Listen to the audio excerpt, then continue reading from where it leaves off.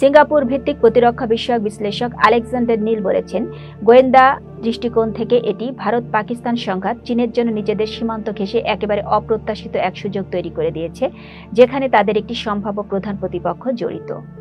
দুই মার্কিন কর্মকর্তা বলেছে, চীনের তৈরি জে-10 নামে একটি পাকিস্তানি যুদ্ধবিমান ভারতের অন্তত দুটি যুদ্ধবিমান ভূপাতিত করেছে।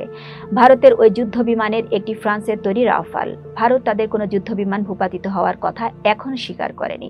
তবে পাকিস্তানের প্রতিরক্ষা ও পররাষ্ট্রমন্ত্রী জে-10 যুদ্ধবিমান ব্যবহারের কথা নিশ্চিত করেছেন।